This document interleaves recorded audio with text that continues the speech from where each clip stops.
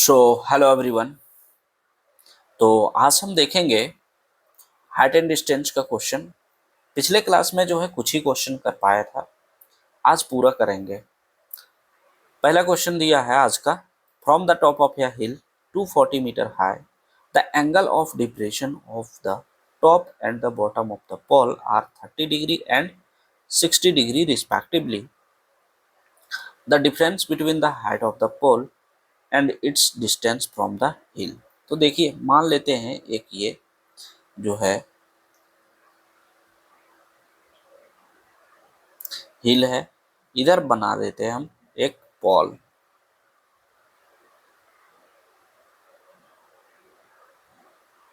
ठीक, ये बोला है कि एंगल ऑफ जो डिप्रेशन है वो टॉप से और एक बॉटम पे बनता है एंगल। तो एक एंगल यहाँ पे जो बनता है इसको हम डॉट से मिला सकते हैं। ये जो है ये 30 डिग्री का बोल रहा है एंगल बन रहा है, ये जो है वो 60 डिग्री का बन रहा है। हिल का हाइट कितना है, यहाँ से वो दिया है 240 मीटर। ठीक है, अब देखते हैं जो जो हम लोग निकाल पाते हैं उस रूल से, जो मैंने कंसेप्ट में पढ़ा था उससे हम लोग निकालने का कोशिश करते हैं। ठीक है, फिर जो क्वेश्चन सॉल्व होगा। ठीक, आपको पता होगा कि 30 डिग्री के सामने वैल्यू क्या होता है, 1 होता है। दैट मीन्स यहाँ तक का वैल्यू क्या हो गया, 1।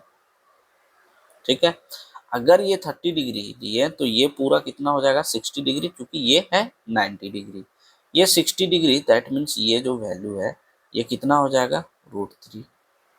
बोलो कोई दिक्कत, ये √3 हो गया। अब यहाँ से हम लोग क्या कर सकते हैं, ये √3 हो गया तो ये जो है ये दोनों क्या है, पैरेलल है। अगर ये पैरेलल है तो ये भी लेंथ क्या हो जाएगा, √3। अब देखिए ये 60 है, ये 90 है। इस ट्रायंगल को अगर देखते हैं तो ठीक है, ये 60 हो गया तो यहाँ कितना हो जाएगा, 30 डिग्री। यानी 1 का वैल्यू कितना दिया हुआ है, √3। यानी सॉरी, 1 का वैल्यू जो है √3 हो जाएगा, क्योंकि 30 डिग्री का वैल्यू मेरा 1 होता है। आप लोग को पता होगा कि 90 डिग्री, 60 डिग्री और 30 डिग्री का वैल्यू क्या होता है, तो 90 का 2 होता है, 60 का √3 होता है और 30 का 1 होता है। ये चीज़ हम लोग पढ़े थे कंसेप्ट में। ठीक है, तो 1 का वैल्यू अगर यदि √3 है तो आपको पता होगा इस 60 का वैल्यू कितना हो जाएगा। 60 का वैल्यू जो है अगर यदि हम लोग निकालते हैं तो ये आपका हो जाएगा √3। 60 का वैल्यू क्या होता है, √3। अगर ये √3 हो गया और यहाँ पे जो है 1 का वैल्यू √3 था, यानी √3 का वैल्यू √3 इंटू √3 होगा, जो कि आपका 240 के बराबर है। तो यहाँ से अगर ये मल्टीप्लाई हो जाता है तो 3, और 3 का वैल्यू 240 है। अब इसको काटेंगे तो यहाँ से निकल जाएगा 1, और 1 का वैल्यू कितना है, 80। अब क्या है कि ये वैल्यू जो है आपका हो गया 80। अगर ये 80 हो गया तो आपको पता होगा ये वैल्यू कितना हो जाएगा आपका 160, चूँकि ये टोटल लेंथ जो है वो 240 है, ये 160 हो गया। अब ये 160 इस तरह से आपका हो चुका है। अब हम लोग को क्या चाहिए, ये वाला लेंथ। ये वाला लेंथ निकालने के लिए क्या करेंगे, ये 30 डिग्री सामने है आपका 80। अगर 30 के सामने 80 सेंटीमीटर दिया है वैल्यू, तो 60 के सामने ये आपका क्या है, पूरा जो है वो 60 डिग्री है। तो 60 के सामने क्या हो जाएगा, 80√3 होगा। अगर ये 80√3 है तो ये भी 80√3 होगा। ठीक है, अब बोल रहा है डिफरेंस बिटवीन, क्या बोला है, difference between height of the pole and its distance from the hill. तो इसका जो है हाइट कितना है, 160 है, और डिस्टेंस कितना हो गया, 80√3। अब इसमें हम लोग जो है 80 कॉमन ले लेते हैं तो क्या हो जाएगा, 2 माइनस √3 आंसर हो जाएगा इसका। क्लियर है। अब देखिए यहाँ पे कोई भी हम tan theta, cos theta, sine theta नहीं यूज किए हैं, बस जिस तरह हम रेशियो के फॉर्म में बताए थे बस वैसे ही सॉल्व किए है ना। चलिए देखते हैं नेक्स्ट क्वेश्चन। अरे इसी तरह से सारा क्वेश्चन हम सॉल्व करेंगे, कभी भी नहीं टेन थीटा कोस थीटा लेने वाले हैं इसमें। दिया the shadow of a tower when angle of elevation of the sun is 60 degree is found to be 15 meters shorter than when it is 45 degree, the height of the tower is what? तो देखिए इसमें क्या बोल रहा है कि tower का shadow है, ठीक है, शेडो ऑफ टावर यानी टावर का शेडो है जब एंगल ऑफ एलिवेशन 60 डिग्री पे होता है, तो देखा गया कि ये जो है 15 मीटर जो है शॉर्टर होता है जब वो 45 डिग्री बनाता है एंगल उससे। तो बोल रहा है टावर का हाइट क्या होगा। तो फिगर पहले हम लोग ड्रॉ कर लेते हैं ना।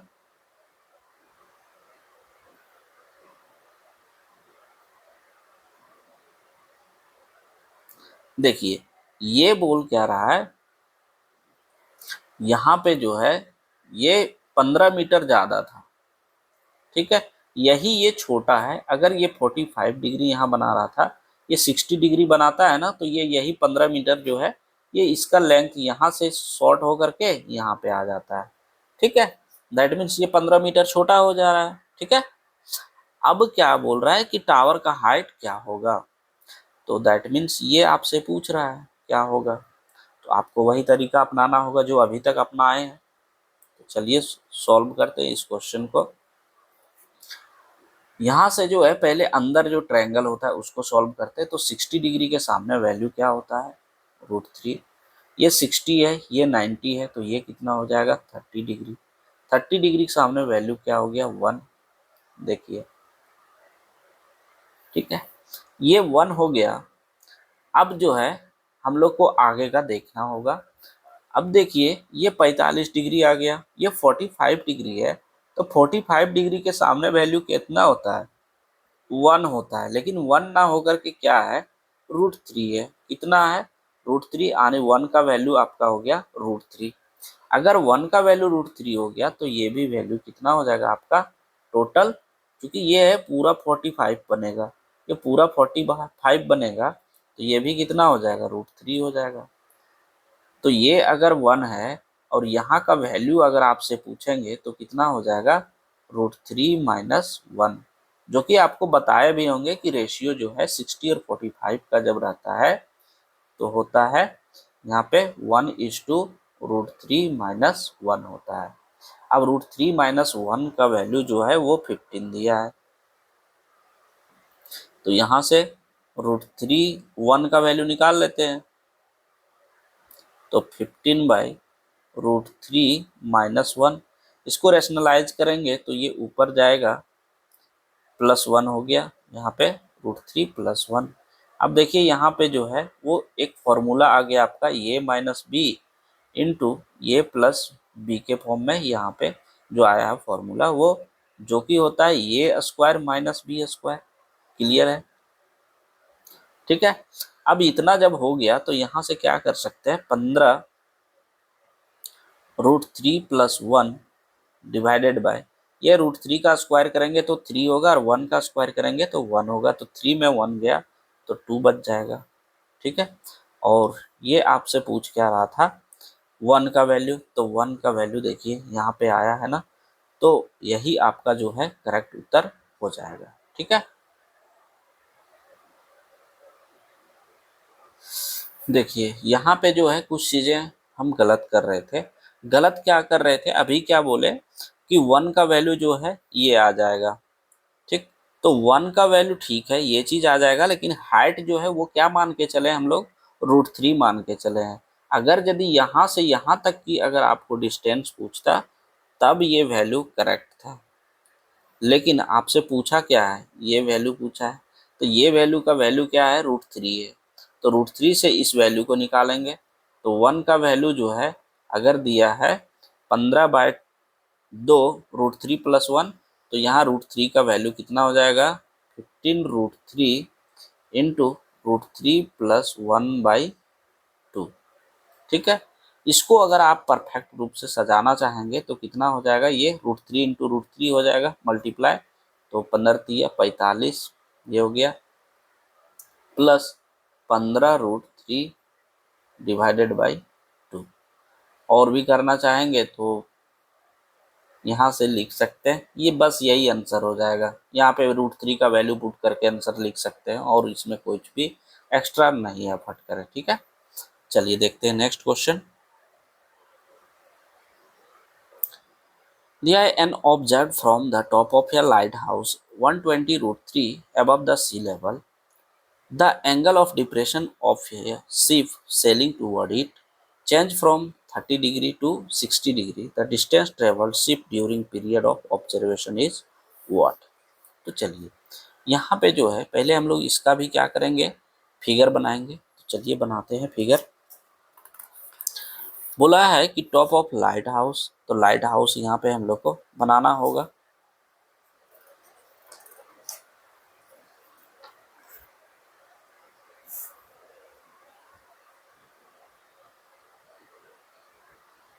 तो चलिए पहले फिगर ड्रॉ कर लेते हैं। ये हो गया। बोल रहा है इसका हाइट जो है ना वो है 120 √3, ठीक है।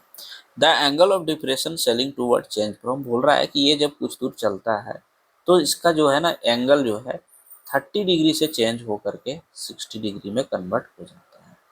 तो ये हो गया 30 डिग्री, ये हो गया आपका 60 डिग्री, ठीक है। पहले 30 था, अब ये कन्वर्ट होकर 60 डिग्री आ चुका है। तो बोल रहा है कि distance travel ship during, that means जब ये चलता है तो उसके बीच की दूरी क्या होता है। तो यहाँ से यहाँ तक का दूरी जो है वो हम लोग को चाहिए, ठीक। तो वही चीज़ हम लोग फॉलो करेंगे जो पहले से फॉलो करते आ रहे हैं। तो 60 डिग्री ये है अंदर का, पहले हम लोग सॉल्व करते हैं। तो 60 डिग्री के सामने क्या वैल्यू होता है √3, और √3 का वैल्यू क्या दिया हुआ है आपका 120, आने कितना गुना है 120 गुना है। तो सारे वैल्यू जो है 120 गुना ही हो जाएगा, ठीक ना।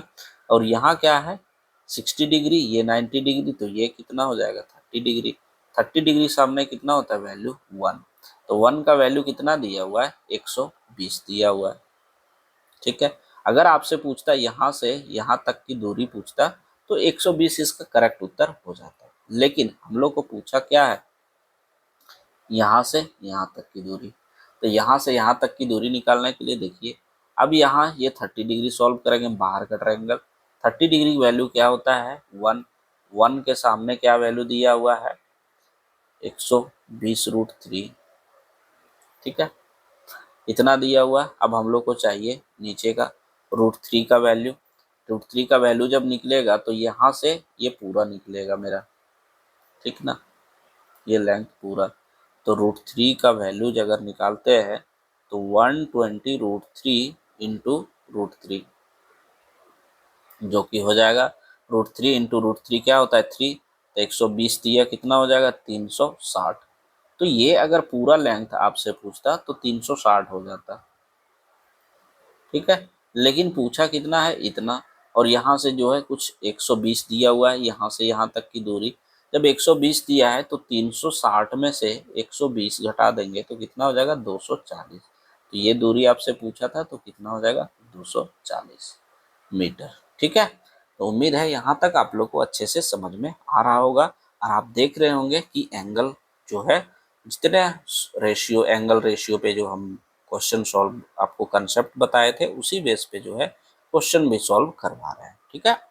चलिए देखते हैं नेक्स्ट क्वेश्चन।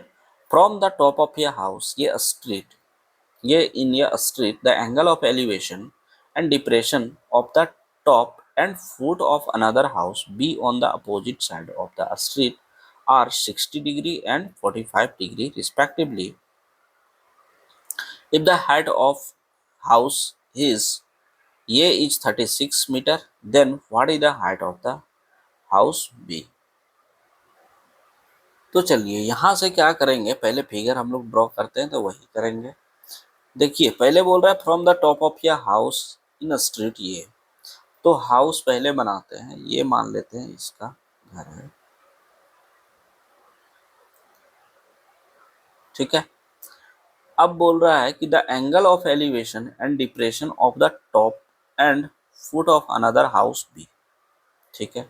तो दूसरे हाउस जो होते हैं, ठीक है, एक दूसरा हाउस ले लिए, तो इसका बोल रहा है कि एक जो है फुट से बन रहा है और एक जो है टॉप से, इस तरह कुछ फिगर बन रहा है। तो एंगल जो है ये बन रहा है 60 डिग्री बोला है और ये बन रहा है 45 डिग्री। क्लियर है यहाँ तक? ठीक है। अब इतना दिया है, ये दिया आपका 36 मीटर है ना, सेकंड 36 मीटर यहाँ पे, तो ये दिया हुआ है 36 मीटर। अब यहाँ से मेरा वैल्यू निकलना शुरू हो जाएगा। ये 45 डिग्री है तो अल्टरनेटिव एंगल से क्या हो जाएगा, ये भी क्या होगा 45 डिग्री। तो ये अगर 45 तो ये भी 45 होगा, ये 45 तो ये 45, ये 45, तो 45 के सामने पता होगा कि वैल्यू 1 होता है। 1 का वैल्यू जो है 36 है, दैट मीन्स इसके सामने भी वैल्यू कितना हो जाएगा 36। ये भी हो जाएगा आपका 36, ये भी हो जाएगा 36, चूंकि ये और ये क्या है पैरेलल है। तो 36 अगर ये हो गया तो यहाँ पे एंगल कितना का बनेगा 30 डिग्री, ये आपका 90 डिग्री है। तो 1 का वैल्यू जो है 36 है, तो 60 के सामने क्या होता है √3, तो √3 का वैल्यू कितना हो जाएगा 36√3। तो बोल रहा है height of the house B क्या होगा, तो बी का जो हाइट होगा वो कितना हो जाएगा आपका, तो देखिए यहाँ से 36 जो है वो √3 मैंने कर दिया है। अब ये जो है ये बी है हाउस और ये आपका ये हाउस था, ठीक है। तो यहाँ से यहाँ तक का दूरी जो है 36 है और यहाँ से यहाँ तक का दूरी जो है, यहाँ से आपको ड्रॉ करके दिखा देते हैं, ये दूरी जो है ये आपका दिया हुआ है 36√3 और ये दूरी जो है वो 36 निकला है। तो अब यहाँ से जब सॉल्व करेंगे तो 36 प्लस 36√3 हो जाएगा। इसको 36 को कॉमन ले लेंगे तो क्या हो जाएगा √3 + 1, और यही आपका जो है करेक्ट उत्तर हो जाएगा। ठीक है, चलिए देखते हैं नेक्स्ट क्वेश्चन। अब देखिए ये एंगल वाला है क्वेश्चन।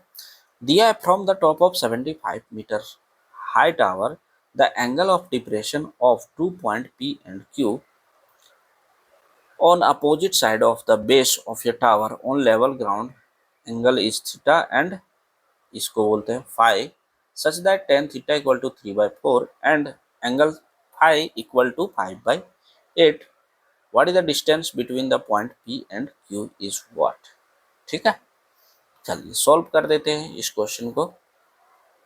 तो करना कैसे होगा इस क्वेश्चन को सॉल्व, वो पहले हम लोग को फिगर बनाना पड़ेगा, ठीक ना। अब दिया है फ्रॉम द टॉप 75 मीटर बोला है कि टावर है,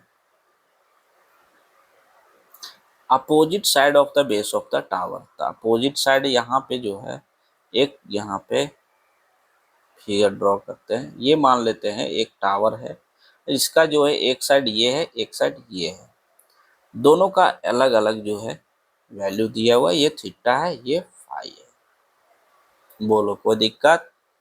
चलिए कोई दिक्कत नहीं। अब बोला क्या है टेन थीटा, यहाँ पे दिया हुआ है टेन थीटा इक्वल टू 3/4, आनी क्या हो जाता है परपेंडिकुलर बाई बेस, तो परपेंडिकुलर कितना है 3 है और बेस कितना है 4 है। दूसरे में दिया है टेन फाइव इक्वल टू 5/8, तो टेन फाइव यानी ये जो है वो 5 है, ये जो है ये आपका एक सेकंड परपेंडिकुलर बोला है ना, तो परपेंडिकुलर ये है आपका 5 और ये है आपका 8। बोलो कोई समस्या है यहाँ तक? तो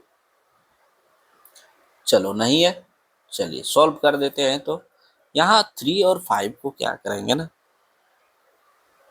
इसको इक्वेट कर देते हैं यानी इक्वल करेंगे। इक्वल करने के लिए क्या करना होगा, इधर वाले वैल्यू को यहाँ पे मल्टीप्लाई कर देते हैं तो इधर वाला इक्वल हो जाएगा और इधर वाले को इसमें मल्टीप्लाई कर देते हैं और इसको इधर कर देते हैं। तो ये जो है ये 3 से इसको मल्टीप्लाई कर देते हैं, ये लेंथ जो है वो 24 हो गया और ये हो गया आपका 20।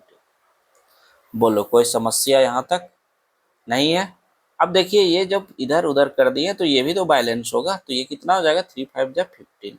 अब बोला हाइट ऑफ द टावर, ये देखिए 75 है ना, तो 15 का वैल्यू जो है वो 75 है, तो कितना गुना है 5 गुना 15 × 5 = 75, तो बोला क्या है कि P से Q के बीच की दूरी, ये P मान लेते हैं, ये Q मान लेते हैं, दूरी पूछा है दोनों का, तो दोनों का लेंथ 20 और 24 है, तो 20, एक सेकेंड, ये हो गया 20 प्लस 24 इंटू 5, इसको जोड़ेंगे तो ये हो गया 44 इंटू 5, ये हो जाएगा 220 मीटर, जो कि आपका करेक्ट उत्तर 220 मीटर होगा। क्लियर है? चलिए देखते हैं नेक्स्ट क्वेश्चन।